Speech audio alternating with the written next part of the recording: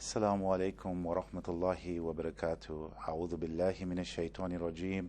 Bismillahir rahmanir rahim. And welcome to you, the viewers and listeners on the many radio stations that are carrying this feed live to an iTV show called A Simple Question. This show seeks to feature thought leaders and opinion makers on a variety of issues that affect us. Today, in studio, we have with us His Excellency, the President of the Republic of South Africa, Mr. Jacob Zuma. Welcome, Mr. President. Thank you. Thank you. Mr. President, I greet you firstly with the universal greeting of Assalamu alaikum, which is peace be upon you. Over time, we have all heard about Jacob Zuma, the statesman, Jacob Zuma, the president, Jacob Zuma, the comrade, Jacob Zuma, the freedom fighter. But tell us a little bit about Jacob Zuma, the man. Well, Jacob Zuma is just a man, as you correctly say. He's a simple man. Like any South African who happened in his early life to realize that we were oppressed and took the journey to participate in the fight for the liberation of the oppressed people in this country. Having, of course, emerged from a background which is people call an unfortunate one. Lost my father at a young age. I don't know him properly. I just know the shadow of him. And my mother had to work as a domestic worker in Durban. And that, to some degree, made me not to have the opportunity to go to school. But took a decision then because I realized the importance of education to educate myself and fought for quite a while trying to educate myself, and I still educate myself today. That's me. You know, what you've touched on there is very good, but, you know, Mr. President, you know, as a young lad, you were a shepherd, a herder. And I don't know if you're aware, but, you know, all of the prophets were shepherds as well over time. And it's just a great coincidence. What would you believe was some of the defining moments in your early life that shaped Jacob Zuma? Well, you know, firstly, was the manner in which I got to know about oppression. And I think the decision to participate, I think that defined my life. And I, as a young man, I became a trade unionist. Worked in the trade union movement, organized, not necessarily as a paid organizer, but as a part-time organizer. I enjoyed it for the unions, and of course I was in the ANC Youth League. I think the decision really to participate in the struggle, that defined my life, that shaped my life for many decades to come. But also a decision to really learn. My decision to educate myself influenced me not to take politics for granted, but to learn politics, and therefore to understand oppression in its totality, and understand its difficulties, what awaits a freedom fighter, the sacrifices, why you could sacrifice your life for the liberation of your country. It's one thing to know about it. It's quite another to understand it politically deeply, and therefore go consciously knowing what you are doing, because that means you begin to work in a manner that makes you to know exactly what you are doing, to calculate what you are doing, but also to have a kind of a feeling that you embrace the country. because that means you put the country before yourself as an individual. You put the people of the country. I had a discussion with my commanders as I joined Umkhonto Wesizwe, who at the end were supposed to be leaving the country for military training. They had to ask me about the family, who is looking after the family, and I was looking after the family. And they actually felt maybe I shouldn't go, because it means if I leave, the situation will be worse than when I was around. And we had a very good discussion, because I said to them, it's one thing that you could sit as an individual and deal with things that are related to you and your family. You might even solve that problem. But there is national oppression. To solve one single problem and take a decision that I will therefore not take the route to liberate the country by trying to make my family feel better because I'm there. In comparison, I said I'm going for the national. Because if I participate and the liberation is done in the country, it means automatically even my family will be. What society did the ANC envisage to build all those years back? Well, the ANC, firstly, it wanted freedom. It wanted every South African to participate in the freedom. But I think with time, the ANC really defined it very clearly in the Freedom Charter. And what was important about the ANC is that it did not just sit. It had very clever people. As you'd know, before that, they had participated in the drawing up of important documents like the African claims, the human rights, etc. But it felt it was important for the ANC to have a kind of a policy document that expresses the feelings of the people. And that's why in the process leading up to the drawing of the Freedom Charter, it went to the people. It actually conducted a door-to-door campaign, asking people from their positions, their class, their groupings, their ethnic groupings, the workers, the capitalists or the business people, everybody, to say, what type of South Africa do you want? Because the ANC felt you could ask that kind of question and the ANC could sit down and say, look, we want this one. But it wanted the people to say it. So it were, in fact, in the main, the answers that came from the people that were put together to draw the Freedom Charter. So the Freedom Charter was very clear. And this is what the ANC's vision became even more clearer than just to say we want freedom. Wherein the people of South Africa spoke through the Freedom Charter. We declare for all to know that South Africa belongs to all who know it, black and white, and that there is no government that can claim authority unless it was based on the will of the people. I think it's an outstanding statement in the face of colonialism and institutionalized racism that the ANC could make that kind of statement. And of course it tabulates the kind of key things that informed the kind of society that the ANC looked up to. And I think that's what people from the ANC point of view were saying, this is a society we want. In other words, the kind of society that we have today, the Rainbow Nation. That's how it was conceived.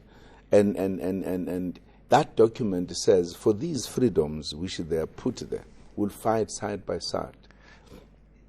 Can you tell us how significant has the Muslim contribution been in the struggle and in achieving the society that was envisaged? It has been very significant. I think they were part of the struggle, particularly at a given time when it was clear that we could not fight against the common enemy at different levels and different organizations away from one another. And there was a very deliberate move to say, let us work together.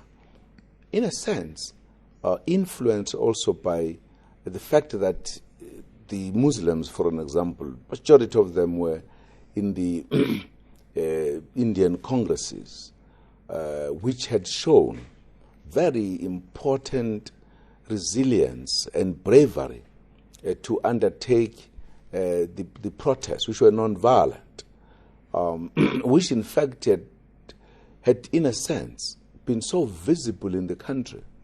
And therefore, they began discussing. For an example, the first document, which was signed by the 3 doctors, was very important to bring closer the effort of everybody, including the Muslims, when they formed a pact.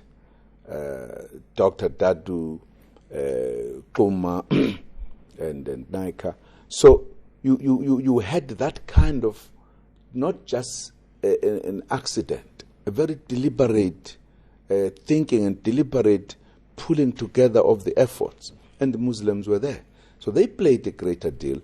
They were part of the Freedom Charter, for an example, crafting and adoption, and they've been in every level of our struggle. So they've played an important role. You know, you've already elaborated on how significant the Muslim struggle has been recorded, but do you believe that it's been captured adequately in the annals of the South African history? I don't think sufficiently. Because I don't think we have had enough time really to capture our history fully. I think more could be done to capture how they have. Yes, individuals who participated, who sacrificed, who were in the leadership, I think they've been highlighted a great deal. But I think we still have to analyze our unique struggle. Why, for an example, the outcome, the results, became such a thing, such a wonderful thing in South Africa? Because that was a reflection of how the struggle itself was fought. That's why today it's not easy to divide people in this country, either in terms of ethnicity or whatever, because we have lessons that we learned, and we reached a point where we knew how important it was. You cannot play around with the question of ethnicity. And to us, whilst others would see problems in the diversity, we saw unity. Wow. That we could, as diverse kind of cultures, when we come together, we are more powerful than anything. It's unlike when people think this one must not come because it's not my type. Because South Africa, as a country, but it has a kind of a clear understanding that even if I was one ethnic group, I can do my things and contribute to the prosperity of South Africa. It's absolutely wonderful. So important that people are left to be able to do what they believe in. And freedom must mean I am able, as an individual or as an ethnic group, to do what I believe in, that makes me be satisfied, that defines me to who I am. That's why we say unity in diversity. Wow. You know, there's a lot of questions that have come in across the Twitter and Facebook feeds, and people say that Muslim activists have been sidelined in political positions over the past 12 years. How would you, Mr. President, respond to them? Well, it's not an easy question to answer because I don't have the kind of statistics. But I remember very well when the first president, Nelson Mandela, took over. He was very clear. A person who had worked with the Muslims for a long time was very clear that it would be part of whatever we do. And he made them participate in the struggle in many ways. I'm aware that people might have looked at things in different ways, different expectations, etc. But I think a role has been played by them as well in government. You have had quite a number of Muslims at very high positions. So unless somebody was making specific statistics from a particular angle, which one would be able to hear and engage. I think, I can't say we've done more than what we should have done, but I don't think we can say nothing has been done. I'm not sure whether we can say they've been sidelined. I'm not sure about that, because, as you know, the period I talked about, for an example, of the either Natal Indian Congress or Transvaal Indian Congress or South African Indian Congress, you had these organizations existing. And therefore there was a clear participation from an organized kind of parties or organizations. As we were unbanned, they were no longer operating in that kind of way. So you had the ANC as an organization that embraced all the progressive thought, wherein everybody came in, and they did. And we have, I come from Durban, we have, for an example, areas which have predominantly Indian residents, and we've got ANC branches.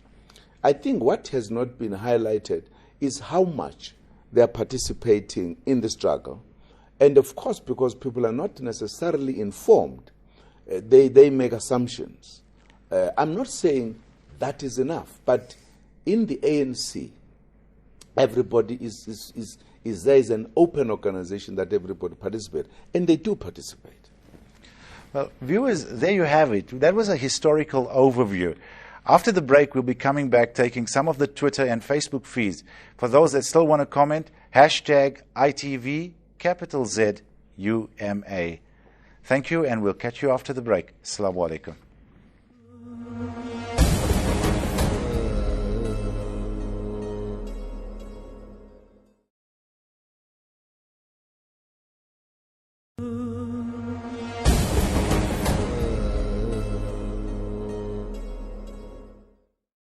Assalamu alaikum wa rahmatullahi wa barakatuh, and welcome back to A Simple Question. We have in studio with us His Excellency, the Honorable President of the Republic of South Africa, Mr. Jacob Zuma. Mr. President, welcome back from that break. Thank you very much. There is a general view that the ANC is losing support in the Muslim community. What, in your view, would contribute to this, and how can the ANC reverse this trend? Well, firstly, I'm not certain about that assertion, that the ANC is losing support from the Muslim community. And that, therefore, would mean I would not be able to articulate what is the reason. Because there are times of any organization where it has more membership, at times the membership goes down. It happens at times to provinces, for an example. Across the board, not just Muslims, at times the membership goes down, the Africans themselves. You could give any other reason as to why at a particular time, at times the membership goes up. So I wouldn't be able to single out the Muslims in this case. And therefore it would be difficult to say, look, these are the reasons. The ANC continues to organize people at all material times. I'm sure at times people could have views about certain things that are happening in an organization like the ANC, big as it is.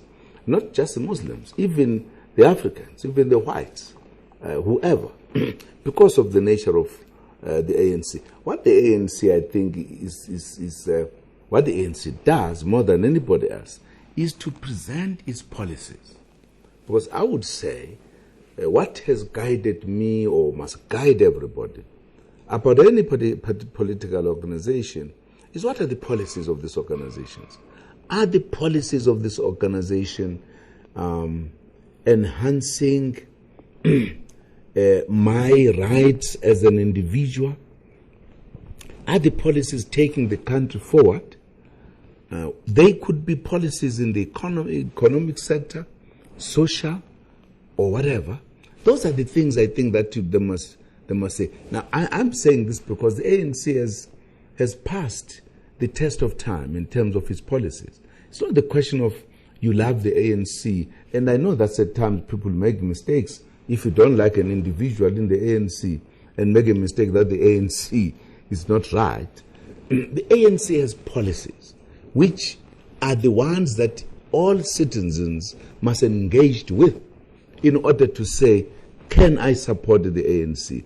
Because I think if we were to look at it as a grouping, then that's a bit of a difficulty. Because the groupings are not just perhaps in terms of ethnicity, in terms of the color. Within the Africans, for example, there are many ethnic groups that are there. If we're to judge things in terms of where you come from, are you a Zulu, are you a Venda, are you a Xhosa, whatever, I think would be failing to appreciate that the ANC is above that kind of level. The ANC puts across the policies that embrace everyone. So well said, Mr. President. And you know, South African Muslims have always taken solace in the fact that they never had to undergo negative profiling, as is the case in Europe and the West. Given recent unsubstantiated claims that terrorist cells are operating in South Africa, can the President assure the South African Muslims that they will continue equality before the law and essential religious freedoms as entrenched in our Constitution? Absolutely. There's no doubt about that. Nobody must have any doubt that the ANC government will maintain the Constitution at its letter and spirit to everyone in the country. Even if there are allegations about terrorist cells, which is a matter that needs its own verification, courts, etc., that is not going to shake the government from its position of equal rights on everything, including religion. Thank you. You know, a very key issue within the Muslim community is the issue of Hajj. Now, as you well know, Hajj is a fundamental principle of Islam. It is one of the pillars that we have to observe. And some years ago, a quota was imposed by the Saudi officials across the world, and the South African quota sits at 2,500 people. Now that causes people waiting 6, 8, 10, 12 years to go for Hajj. Indications are that, is it possible for the government to engage on behalf of the Muslim community to, at the very least, increase this quota and not have it cut in any way? The current quota is 2,500. The South African people are looking for a quota of between 5,000 and 6,000. Would the presidency engage with the Saudi counterparts? I'm certain that should not be a difficulty to do so. And I'm sure, as you correctly say, if the matter is raised and properly, and I'm sure that will be done.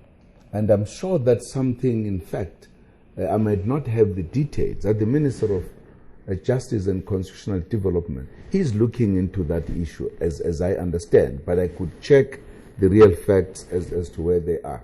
I think that in itself, if, for an example, the matter is raised, as you say, can the matter be raised with the Saudis? I don't think would fail to do so, to raise the matter on behalf of South Africans who feel strongly about it. I don't think that's a problem at all. Well, you know, there you have it, viewers. Inshallah, the South African government will be raising this matter, and inshallah, our quota would be increased in time, inshallah. Of course, dependent on many factors in the Saudis, but the government has made an assertion, inshallah, to engage on this matter. That was a very key issue within our community. But there's another very key issue that's affecting us, and that is, 20 years after democracy, Muslim marriages are still not recognized. And while there has been some movement in the last 6 months to continue work on the draft bill on Muslim marriages, many believe there is not enough political will to see legislation enacted. What assurances are there that we might soon see something concrete in place? I don't think the delays has been deliberate, and there are many other people who complain about certain laws or bills that have taken a long time. Perhaps it's the manner in which government works at times. I know, because at some point in Cape Town, we engaged in this discussion, and at that point I thought that there were movement, there were discussions to say how we should settle this matter. I don't think we should have that problem, in my view. The fact that we have got equality, the constitution that guarantees equality, guarantees the respect of cultures and religions. I think it's a matter of how this is handled. I don't think it's a problem. The delays might give that impression that there may be some people with specific attitude. There isn't. And I hope we could actually fast track that issue, because I can understand the concern that is being raised. And I'll take it upon myself to check how much is this bill going. Well, inshallah, as the President has just said, he's going to take this upon himself to see where this is going, inshallah. Mr. President, before we cut for a break, if I can squeeze in one question, and then after the break we will be taking more of your comments. We are in an election here. What does the ANC have to offer the South African Muslim, and why should the South African Muslims vote ANC? You've answered a lot of it, but maybe if you could just reinforce some of them. I think what the ANC offers to South Africans in general, including the Muslims, are the policies that are so much steeped in the human rights, in the respect of the cultures, in respect of the religions, and the policies that are actually there to take South Africa to prosperity. I think that would, in my view, compel any Muslim to vote for the ANC, because I don't see any alternative party that even talks about these matters. These are matters that are in the DNA of the ANC. The ANC's policies are based on these matters. And that would be the reason I would say every Muslim must vote the ANC. Thank you. Viewers, we're still taking in your comments. We're still taking off questions off Twitter and Facebook. Please continue sending your messages through #ITV Zuma. Be back after the break. Shukran.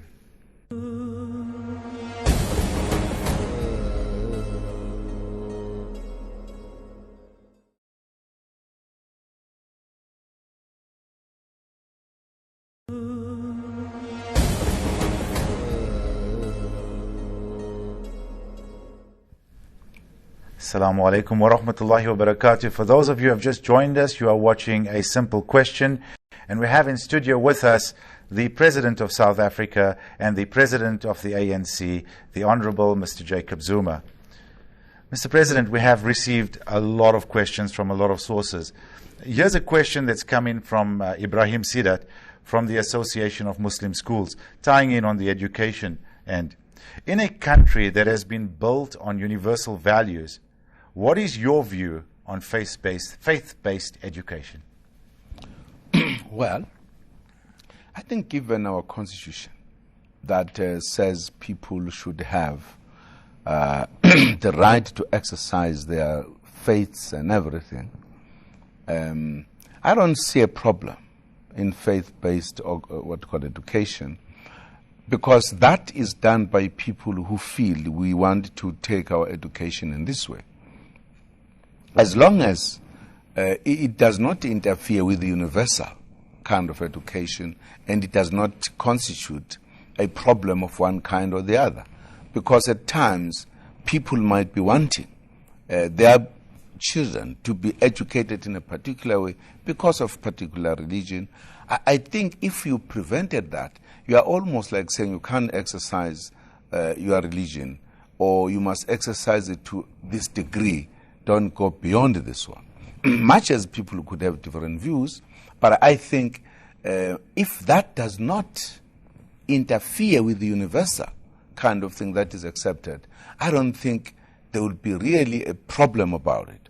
We have had historically, education here was started by Christians, which was based on the Christian faith in the main. Of course, though they were educated generally, but there would be Catholics, for an example, ran schools, etc. I don't think it interfered with anything. As long as we all understand the broader universal thing, we all respect that. And then within that, people could have those special things, I don't think I will have much of a problem about it. Keeping on that question, we've received similar questions from organizations OCAF, which is a Waqf organization, and the South African National Zakah Fund. This question comes in from Harun, the chairman of OCAF. For South Africa to transform itself to a knowledge-based economy and provide sustainable jobs, we need to address education. How can civil society and organizations like OCAF and SANZEF, who focus on sustainable developments, partner with government to contribute to transformation in education? I think all of us are called upon to participate in dealing with education in South Africa. As you know, that education was the instrument that was used, firstly, to divide people, and secondly, to undermine people. And for us to correct education, we need all to participate. We need all hands on deck. Is in fact one of the fundamental issues we need to address in the country, particularly if you talk about the knowledge-based economy. You can't have knowledge-based economy and have the vast majority uneducated. Then we are not making the world really to move in a manner in which it should. So as far as I'm concerned, there should be a way of coordinating our efforts to ensure that education in South Africa begins to do what the country must do to move forward. For an example, you have a situation where in the past there was one department that dealt with people. The emphasis to basic education was not there. And people just saw the many kids as you are getting to matric dropping out and not succeeding. Just because the foundation was not right. Now, the dividing of the department into two has said, let us focus on basic education so that you solve the problem of the matric at the beginning, in the manner in which you lay the foundation. There could be many other things. FET colleges, for an example, have been introduced because it is not everybody who must go and get a degree. Other people need to get specific kind of professional things, which may not need that they go to university. They may become people who want to do electricity or become electrical engineers, plumbing, whatever. And these people, and you can't say they're not educated because maybe they did not go to get a BA, but they are there ready to deal with the economy. They are in the colleges dealing with the IT, and they're the ones who make the economy tick. So that's what we need to do. We must open it up so that people can choose. Some people might not do very well in languages and other things, but with their hands they might be very, very good. So I'm just saying we need to work together, to cooperate so that our efforts are in one direction to ensure that we finally develop the best education in South Africa. We have another question here from Soraya Dadu, a senior researcher at the Media Review Network. What is the future of the ANC Youth League? I think the future of the ANC Youth League is bright. Firstly, the ANC Youth League does not move on its own in isolation from the ANC. It is part of the ANC family. And that's why if there are individuals who think that they could move it away and be something of its own, they make a mistake. You might find such individuals themselves disappearing from the ANC Youth League. The ANC Youth League's future is bright. We have taken very far-reaching decisions informed by the recent happenings within the ANC Youth League. We now have an interim structure that we have said to them, you are not rushing. We are not there to work towards a conference. You are there to reorganize the youth. So we are not even going to put dates by this time we should have a conference. It must be determined by how far they've gone in terms of reorganizing the youth. And I'm sure also within the Youth League itself, these would be some of the lessons that they cannot go wrong again. So the future of the youth of the ANC is bright. We have another question that's come in from Yusuf Abramji from Lead SA. drugs are on the national agenda. Communities are mobilizing. What is your message to drug dealers? Well, the message to drug dealers is that drug dealers must stop destroying our country by destroying our youth. It's wrong. They've chosen a wrong business. It's a dangerous business that destroys our youth. So they must stop. Otherwise, the law must take its place. I have just spoken to the youth now in the Fal Triangle, and I've said the ANC Youth League must lead a campaign because it affects the youth in the main. They must lead the campaign, the anti-drug campaign. It's actually eating the country like a cancer, and we cannot sit and not do anything. And I think the drug laws must be ashamed that they sit and destroy the country deliberately and consciously. And I think if they don't stop, we might have to look at the consequences which are more harsher, because we cannot allow our country to be destroyed by individuals, some of whom are citizens of this country. Thank you. We have another question coming in from Anonymous in Cape Town. And this is, overcrowding in South African prisons is a growing concern. How is the government planning to manage this, as merely setting criminals free will entrench the problem? Well, the security cluster is discussing this matter. How could we deal with this matter? There are a number of things that creates the overcrowding, which we are dealing with, because it starts from awaiting trial, in fact. The manner in which investigations go, and the manner in which, therefore, the cases are finished quickly. All kind of sectors of the security cluster are actually discussing the matter to say, how could we deal with this matter? It's a matter that the government is dealing with very, very, very effectively. And I'm hoping that within a reasonable time, we'll be able to overcome the situation. Inshallah. We'll take one more question. This comes from Ahmed from Durban. What kind of leadership is necessary to take South Africa to the next level as an emerging, thriving, respected country as perceived globally? Well, I'm not sure what would that question mean, because the current leadership of of this country has taken this country to places. We are talking about, did it participate in global kind of organizations in the continent of Africa? South Africa participates in a leadership kind of positions, and the countries in Africa are expecting South Africa to play a role, and they recognize the role that South Africa is playing globally. Whether you are in the United Nations, the ANC has a voice, and the ANC's voice is independent. It's not influenced by other people. We look at things objectively. We are, for an example, part of or participate in G8. We are a member of the G20s, not every other country. In G20, we are in BRICS. We are in IPSA. Now, if you take the continent of Africa, there are not many countries who are part of these. So what would be the question? Because the leadership is there. It has taken the country to places. It began way back.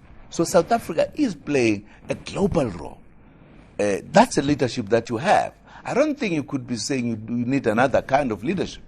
Because the ANC leadership, I think, is capable of doing this, because it is informed by ANC policies and culture and the way of doing things. I think the ANC, or as a party, has taken South Africa really to places in the emerging global kind of thing. The BRICS, for an example, which had recently had a summit here, is one of the most important emerging block of countries that are emerging and powerful, and by and large, majority of them democratic. So I think the South Africa is moving. If I was a question, I would have said, continue doing it, because you are doing it right. Viewers, we're going away for one short commercial break. After the break, we'll be going through many more questions with the Honorable President of South Africa. Stay tuned.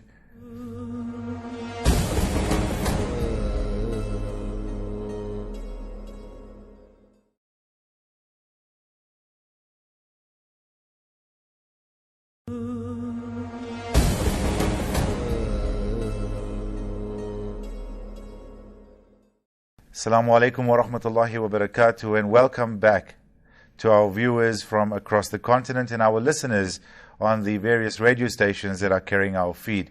You are watching A Simple Question, and we are talking to the Honorable President of South Africa, Mr. Jacob Zuma. Mr. President, it is said that the 2014 election will be fought and won based on the youth vote. Is the ANC confident of support from this section of society? Absolutely. Absolutely confident. I think we have the biggest youth organization in the name of the ANC Youth League, and other youth league organizations aligned to the ANC, organized. I think it would be something if we cannot rely on this one, because except people who just talk to the youth, try to attract the youth, we are talking about an organization that talk and attract the youth, but also that has the youth formations that talk to other youth. I don't think people who are saying that are in a sense looking at things in totality and objectively. They hear people who are making noise there with a few groupings of the youth somewhere here and there, thinking that that will determine the elections. Not at all. ANC is very confident. We are very much aware that our population is very youth. And that's why we have an organized youth to deal with the youth, in addition to what the ANC does as an organization itself. So we are very confident. But on that point, you know, the elections are around the corner, 2014. What assurances in terms of service delivery can you give the South African public in general and the Muslim community in particular vis-a-vis safety, security, corruption, health services and education? I think we are dealing with all of those matters. The safety is an issue that we have been dealing with, and I think the statistics show that crime is going down. Of course, not at the levels at which we might be wanting it. I don't want to go to the origins of it.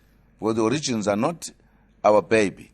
The origins are what happened before 1994. We are certainly working very hard to ensure that safety is there. On the service delivery, I think we are. I can tell you there is no country in this continent that has delivered like South Africa in 19 years of freedom. We are the first, which indicate the rate of delivery that is there. The only difficulty that people do not appreciate is the size of the problem, which was accumulated over the centuries, which you cannot deal with it in 19 years. And I don't think anyone in South Africa could look at any other political party and think there is something he can be convinced that this is what is going to happen. I think the ANC still stands a chance to deliver more, even faster, including the policies to grow the economy. Nobody can falter our policies, even our opposition. They don't deal with the issues of our policies and everything. They deal with individual allegations, blah, blah, blah. They can't deal with this one. And any South African who want to use his vote very economically would put the vote where he or she thinks there's something is going to happen. You can't put your vote to something that you know nothing will happen. I mean, if I was a voter, why should I put a vote to a party that is not going to be in government? What does that mean? You know that there's not even an accident that's going to happen that they might either by chance become the government. So I would say my vote must be used very economically. So I don't think we have a problem. The issue of corruption, we are fighting corruption. We've got a number of institutions that fight corruption. I haven't heard any country that in fact fights corruption as we do, that has kind of the mechanisms that fight corruption. Again, it's because corruption is an old animal that was there, that we are dealing with. I think in other countries, nobody even talks about corruption. Whilst everybody would know that there's corruption there. So, and people here in this government, they've got, in fact, a possibility of making a contribution, either by being critical or making suggestions or saying, push, please. And they know the commitment in government is very high. And we are dealing with those who are corrupt. You know, Mr. President, you've brought and touched on some interesting issues there. And one of them that I want to expand on a little bit is the Gini coefficient. The Gini coefficient, which is a number between 0 and 100, and it's a measure of inequality. Now, South Africa has got one of the highest inequality ratings in the world of 67.9, showing a huge divide between the haves and the have-nots. Now, even though this is not a government issue and rather a society issue, what can the ANC do, or what plans have been put in place to reduce this divide? Well, from the beginning, I know this issue comes from time to time. Some people say since 1994, the gap has been widening between the poor and the rich, as if there was any measurement before 1994. Because before 1994, nobody could measure this. It was not measured. It was huge. What happened after 1994, we then, for the first time, measured it, got to know how big the gap was. And since then, there's been a lot that has been done to close the gap. But the gap is too big. If, for an example, you talk about in the economy, the blacks were not having any economy. Those that had an economy, it was limited to a particular level. Only after 1994 that the doors were open for people to begin a process. We put in measures that would make people begin to participate. It's not an easy matter because the economy was racially structured and very much entrenched. And you could not say, let us take away from those who have to give those who don't have. So we're saying it's important that the economy does not go down, but how do we push those who are not? It includes many things, including education. And we believe we are making a good kind of progress. But the progress is too small because, again, the challenge there is too big. I think from our point of view, what we are trying to do, we are moving very... For an example, we are dealing with the social responsibility of the population. Before 1994, I think it was about 2.2 million point something. We are now talking about 16 million people that are given by government for them to be able to live. Otherwise, they would be in the poverty area forever. And it takes the resources to make the citizens at that level that they are able to move forward. It works on 24-hour basis to say, how do we create jobs? How do we create the situation? And of course, also, the global economic melting has also affected our programs. And those are the matters that we've got to be looking at. Now, if I was sitting there looking at the situation in South Africa, I will take all of these factors into account. But on the average, I think, given the challenge, I think we are trying our level best and will continue to do so. Thank you, Mr. President. Now a question on Africa. You know, Africa has always been the demonized continent of the world. What would you say is the contribution of Africa to humanity, and what role do you believe Africa can play in the challenges facing the world?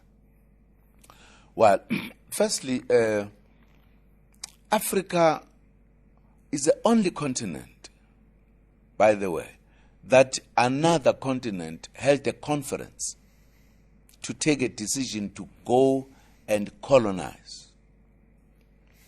Having suffered from the slave period, Africa supplied more slaves than anyone. So every other happening in history has been negative to Africa. Africa had to stand up to fight colonialism and liberate itself. So it has never been given a chance to do its own things. When Africa was being liberated, the world was divided into two, the East and the West. There was a Cold War. As the countries were being liberated, they had to make a choice. Are you part of the West or the North? So Africa was never left on its own. I think it has been very recently that Africa for the first time is beginning. It is still under the influence of the former colonialists, who are still very interested to benefit from the wealth of this continent. It is now that Africa is saying, let us stand on our own. Let us deal with matters. How Africa is dealing with the matters, for an example. It has said, we cannot, as a continent, one, not divided by anything, fail to do trade among ourselves. We discovered that the trade was just 10% within Africa. Any continent that develops, it must do intra-trade. That's what Africa has taken a decision, very clear. It has formed 5 economic regions. It has now moved to a stage to say, let us integrate these 5 regions so that we become a serious, compact kind of economy. We have said we cannot do the intertrade without infrastructure. Infrastructure is a major program, economic program that Africa is dealing with. That's how we are contributing, firstly, to Africa, but also to the continent, to other continents, because we are now relating to others. We, for an example, link up with major countries. We also link up with other continents. We have annual kind of meetings between Europe and Africa, Latin America and Africa. We also have other issues. We have just brought in Africa to BRICS so that Africa begins to play a role. I think there is a lot that we are doing as the African continent, really, to ensure that the continent is taken a step higher. Thank you, Mr. President. We've run out of time already almost. But in closing, what role would you like to see the South African Muslim community play to make South Africa a better place? I think they should play a role, not necessarily a role that must overstretch the Muslims. I think as citizens of this country, particularly in business, because they are good business people, they must play a role to ensure that the business grows. That, I think, is very much important as part of the citizens of this country. But I also think they must play a role in the political world.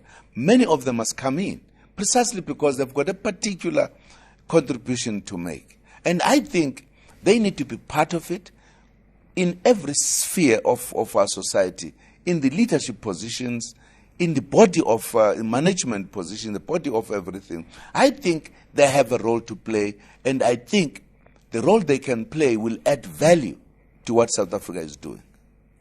Mr. President, thank you very, very much. This has indeed been a momentous occasion for iTV networks and the many radio stations that are carrying this feed. It's Voice of the Cape FM, Al-Ansar Radio, Radio Islam, and others. Thank you very much. Thank you for the opportunity. And to you, our audience, Jazakumullahu khairan. Inshallah, we will see you again in 2 weeks' time when we will again be interviewing another thought leader. Jazakallah again, and Assalamu alaikum wa rahmatullahi wa barakatuh.